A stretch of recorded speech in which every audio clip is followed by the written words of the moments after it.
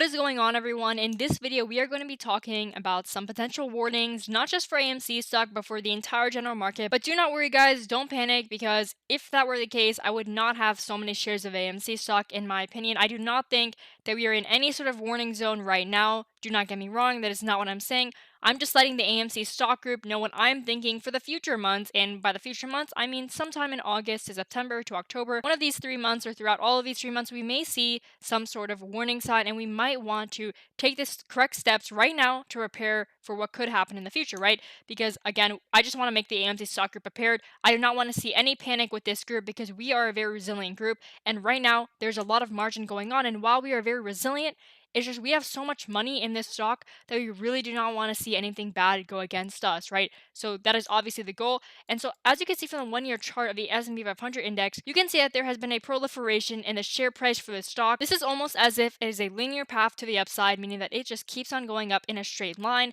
and we really have not seen any sort of pullback, right? Except we usually do occasionally see some sort of pullback, and so that is why I'm thinking that in the future months, August, September, October, not now, don't get me wrong, I think that we will see again some sort of pullback, and I'm also going to be talking about what some banks are doing. And when you combine that the S&P 500 is almost at record highs, when you combine that some banks are limiting personal lines of credit, and when you combine that margins are at all-time highs, it really makes you wonder what is going to happen in the future. Now, right off the bat, guys, I do think the S&P 500 is going to increase over these past next few weeks of July. And so I stated in a lot of my other videos, I stated that July was probably going to be a good month for a lot of stocks, and I know that AMC has not really had the best month. However, the S&P 500 has had one of the best months, meaning that it just keeps on increasing. So that is what I meant by July is probably going to be a good month, because as you can see right here, we just keep on going higher and higher. And I think that we will have an extension in the future all the way to maybe the 450 to 460 zone. And then after that, we are just going to have to end up to see what ends up happening. But again, I do think 450 to 460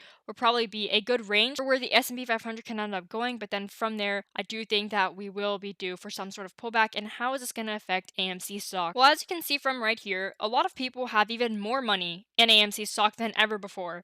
And the reason why is because, as you can see from here, there are a lot of customers and their margin accounts just keep on increasing. Now, in my previous video, I mentioned this, so I'm not going to go over this way too much because we have a lot more other topics to focus on. For example, a lot of banks, or not a lot of banks, but what one bank is doing right now, and that could potentially be our warning sign for what could come in the future. But anyways, I'm just going to briefly talk about margin right now because we see more people putting in even more money in the stock market. And so the reason why I was talking about the S&P 500 is because what happens when we have a pullback, right? 5%, 10%, 15%, 20%.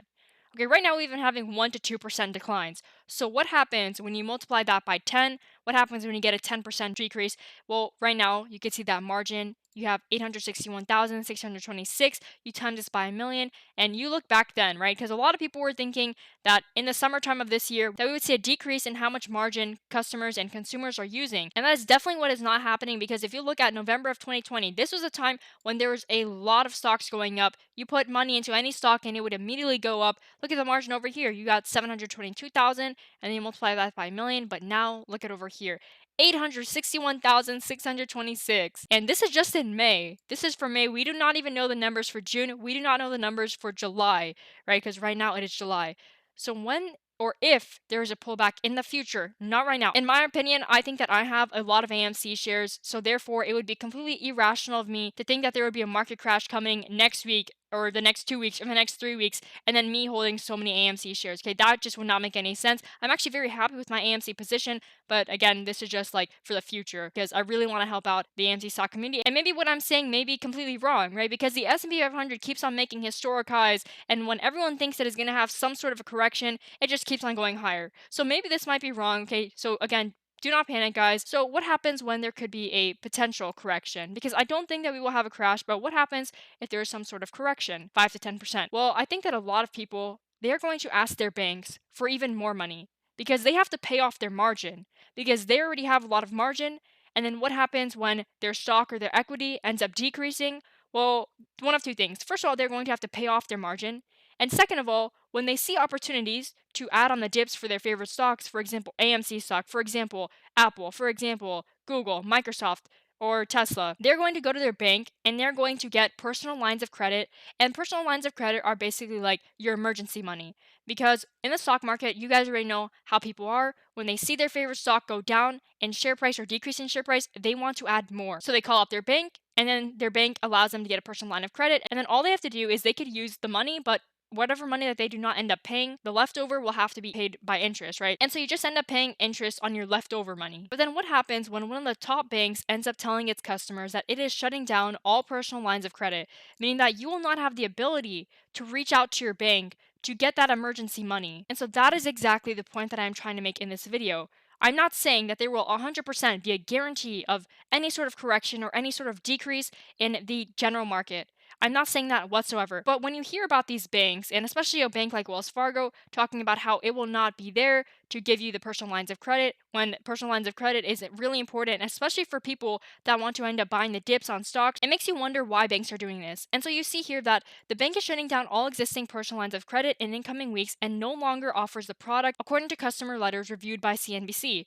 The revolving credit lines, which typically lets users borrow $3,000 and $100,000, were pitched as a way to consolidate higher interest credit card debt, pay for home renovations, or avoid overdraft fees or linked checking accounts. And Wells Fargo warned customers that the account closures may have an impact on your credit score, according to a frequently asked engagement segment of the letter. One of two things is happening right now.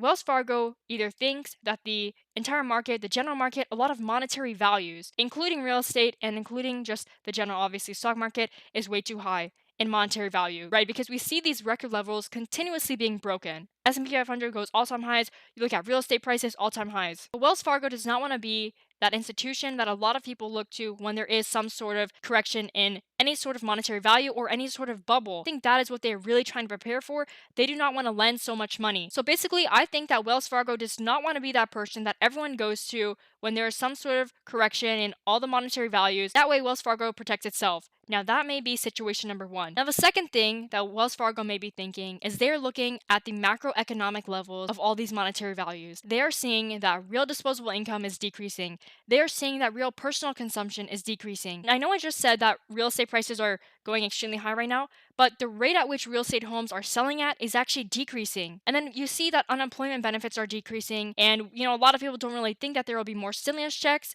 So therefore, where's a lot of money going to come in, and where's that money going to float to a lot of these stock markets? Where's that money going to flow into a lot of these equities, right? And so that might slow down the volume or the momentum that a lot of stocks are having right now.